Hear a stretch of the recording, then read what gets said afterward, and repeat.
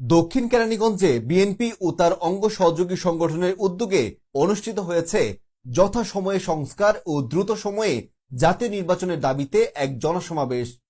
এই সমাবেশে বিএনপির শীর্ষ নেতৃবৃন্দের উপস্থিতি ছাড়াও নজর কেড়েছে সুভাড্ডা ৩ নং ওয়ার্ড বিএনপির সাবেক সাধারণ সম্পাদক মোহাম্মদ নান্নু মিয়ার নেতৃত্বে বিশাল মিছিল।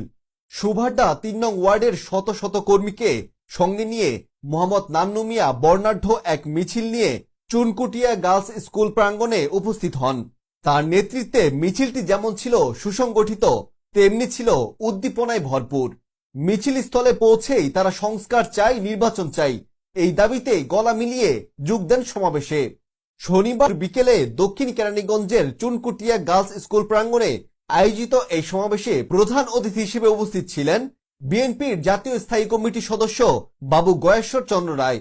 সমাবেশে নেতারা বলেন, দেশের মানুষ আর প্রহসনের নির্বাচন চায় না, প্রয়োজন অবাধ ও সুষ্ঠু নির্বাচনের পরিবেশ নিশ্চিত করা।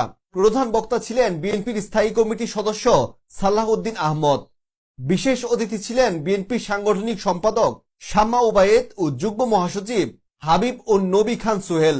সভাপতিত্ব করেন ঢাকা জেলা বিএনপির সাধারণ সম্পাদক ও দক্ষিণ কেরানীগঞ্জ থানা বিএনপির সভাপতি অ্যাডভোকেট নিপুণ রায় চৌধুরী। অনুষ্ঠান সঞ্চালনায় ছিলেন দক্ষিণ কেরানীগঞ্জ থানা বিএনপির সাধারণ সম্পাদক মোজাদ্দেদ আলী বাবু। এছাড়া উপস্থিত ছিলেন দক্ষিণ কেরানীগঞ্জ থানা বিএনপির সহসভাপতি মোহাম্মদ আলী হোসেন, দক্ষিণ কেরানীগঞ্জ থানা বিএনপির সম্মানিত সদস্য মাহবুব আলম মামুন।